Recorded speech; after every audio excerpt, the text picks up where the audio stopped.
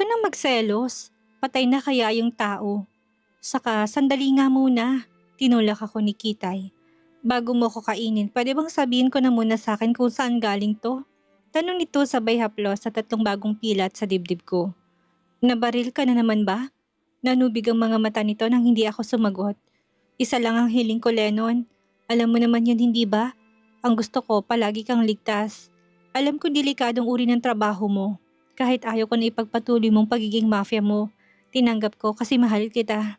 Isa lang ang hiling ko, huwag mo sana akong hayaan na mamatay ako sa pag-aalala. Huwag mong hayaan na masaktan ka. Isa ito sa rason kaya hindi ka agad ako bumalik sa mag-ina ko. Inayos kong lahat bago ko binitawan ng magulong mundo na ayaw ni Karil. Masuyo ko itong tinignan sa mata. From now on, you don't have to worry, Queen. This is the last scar you will see on my body. There's no more dangerous work from now on. No more illegal businesses to attend to.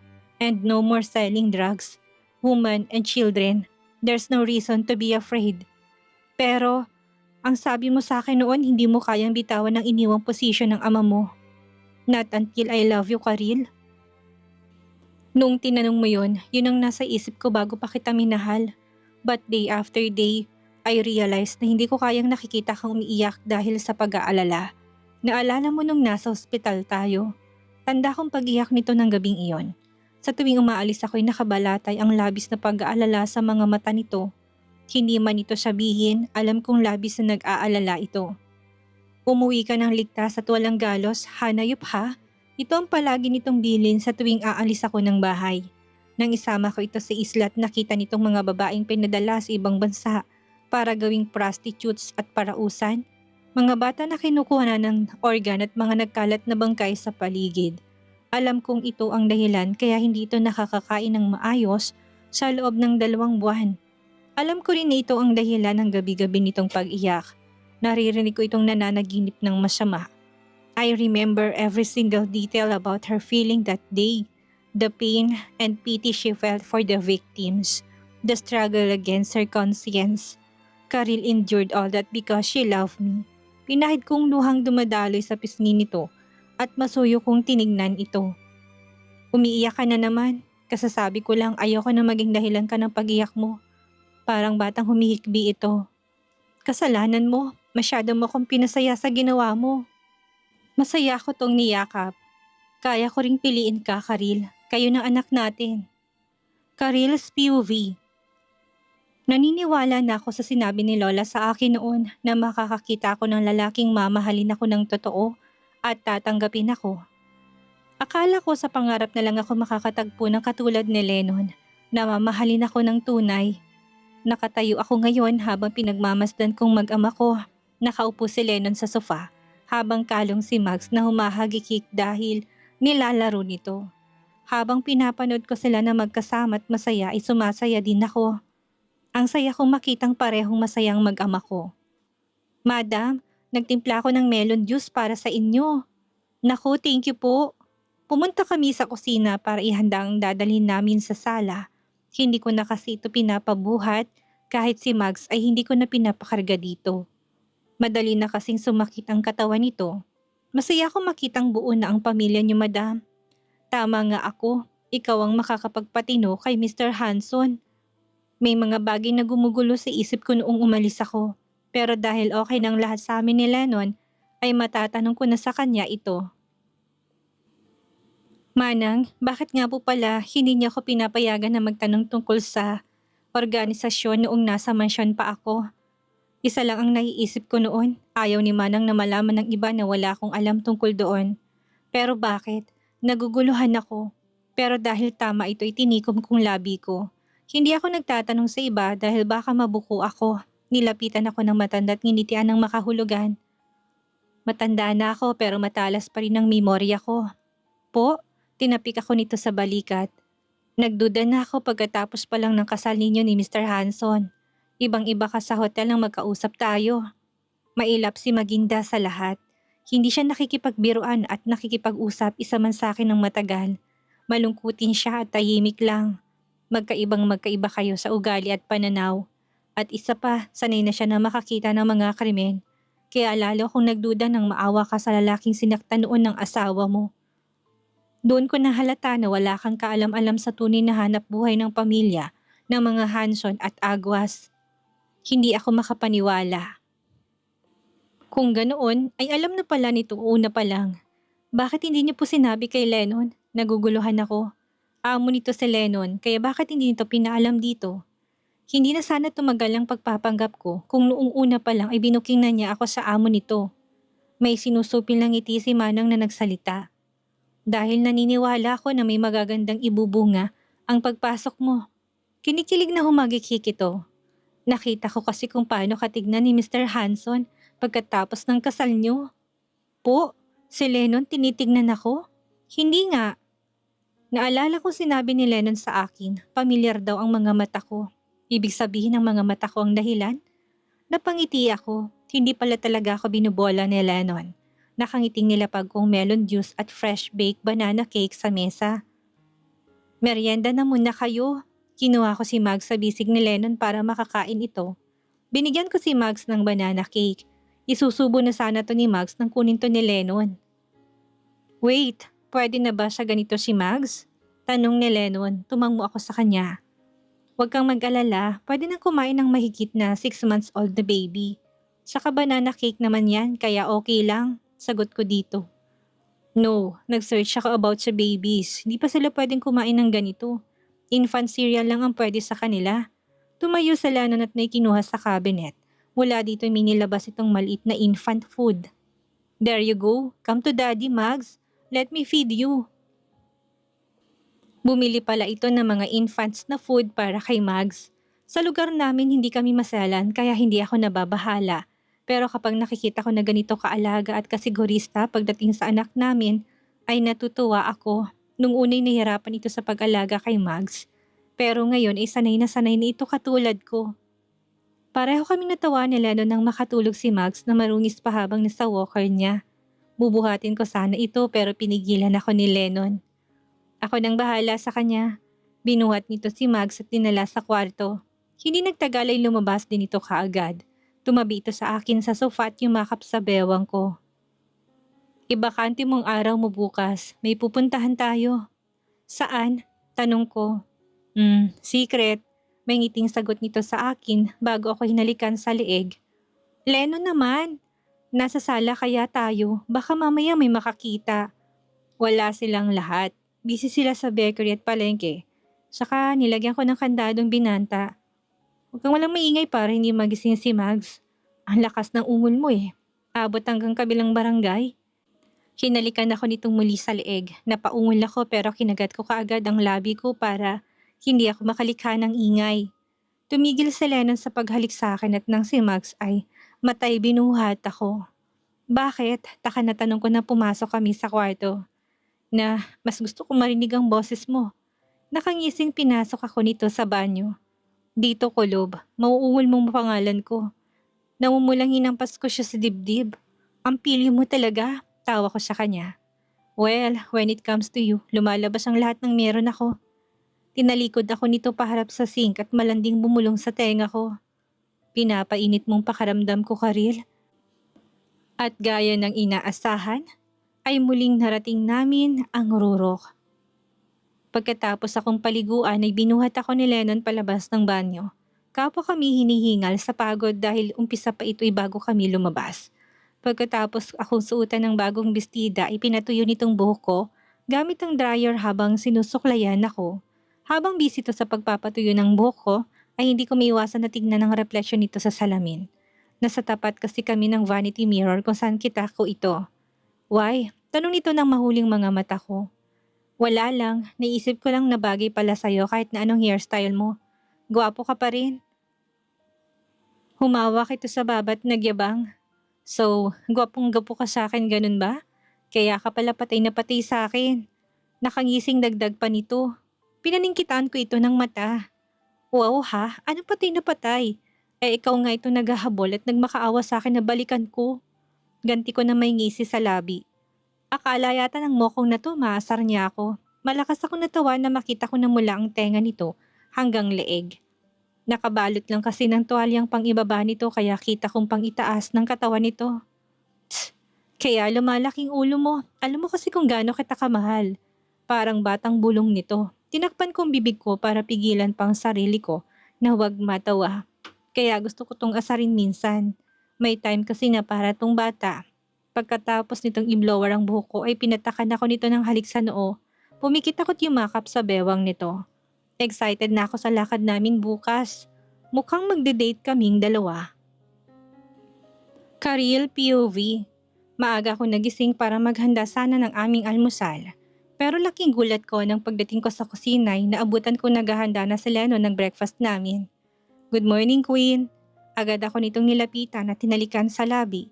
Pinaghila pa ako nito ng upuan para paupuin. Ang aga mo yata ngayon. Nakangiting po na ako sa kanya.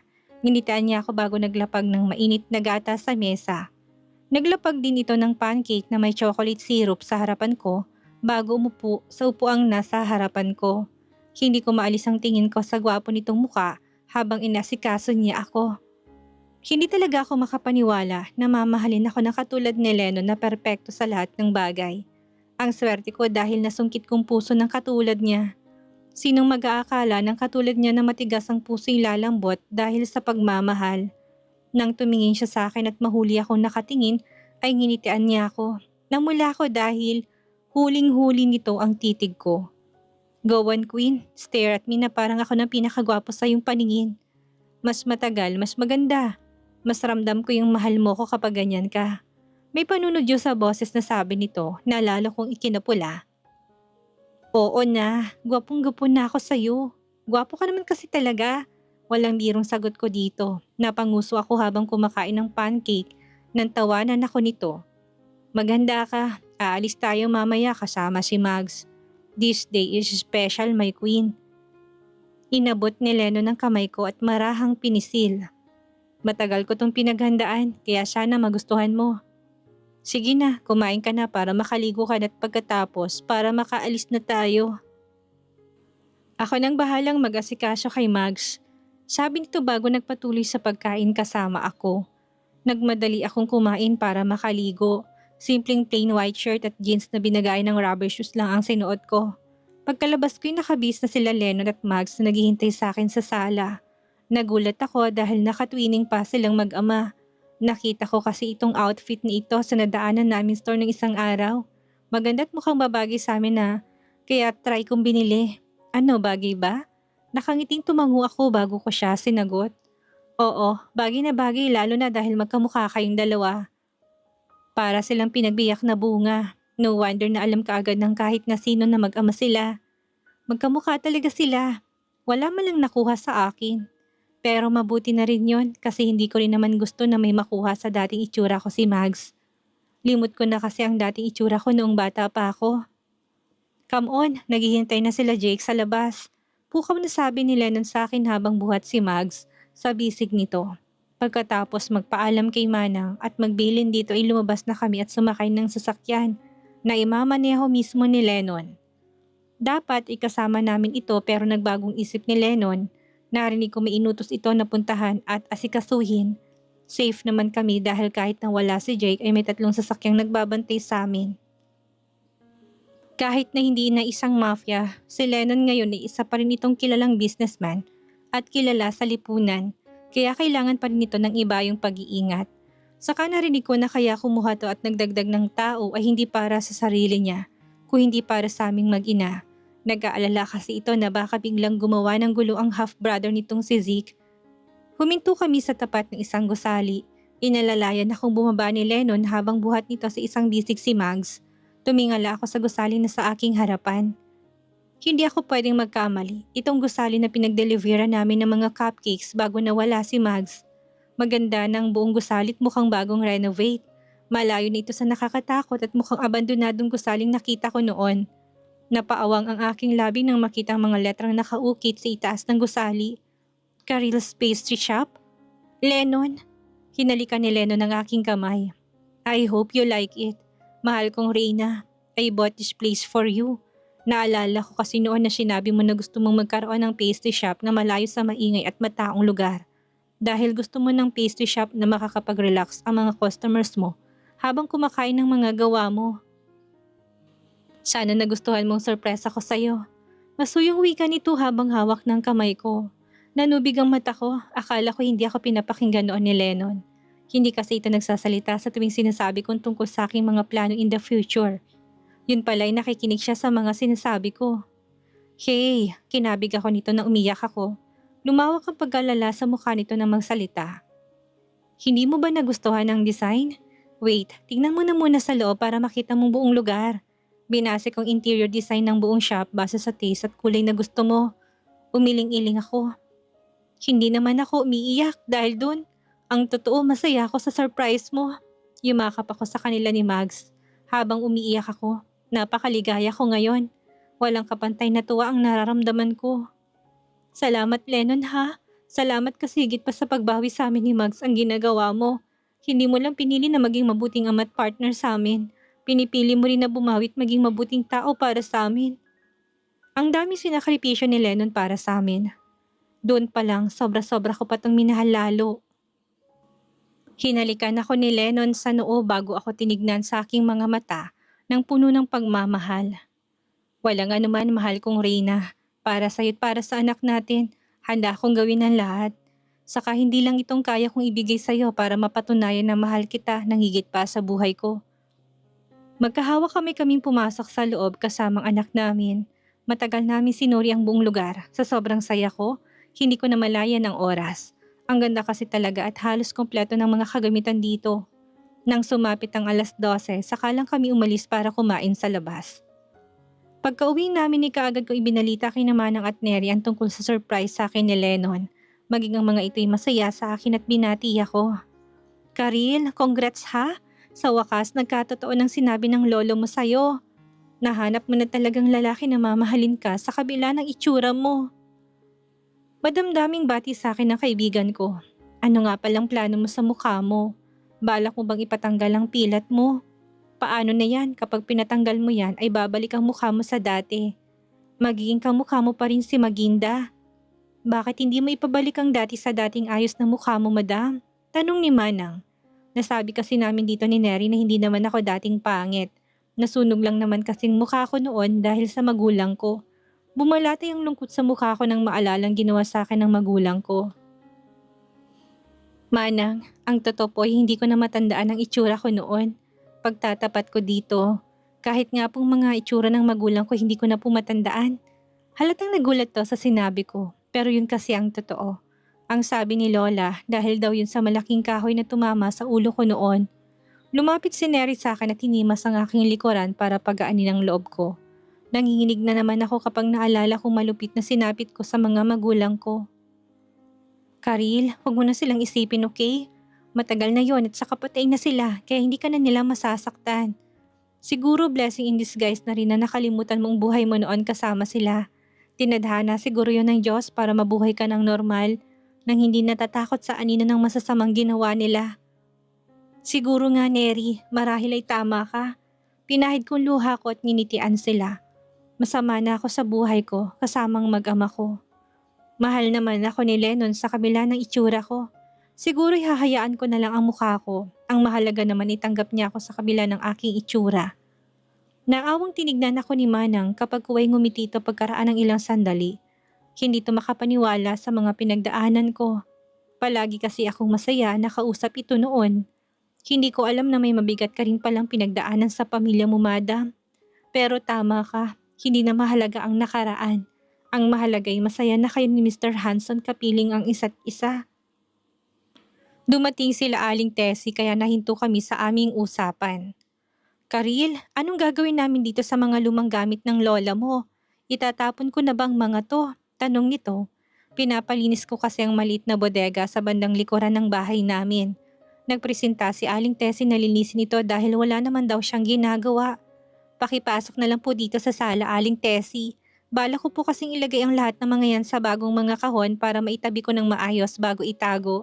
Hindi ko itatapon ang mga gamit ni Lola. Ito na lang kasi ang mga alaalang iniwan nito sa akin. Pagkatapos naming mag-usap ay nagpaalam na muna ako sa kanila na asikasuhin ang mga gamit ni Lola. Habang nasa kalagitnaan ako ng pag-aayos ay dumating si Mommy Nora.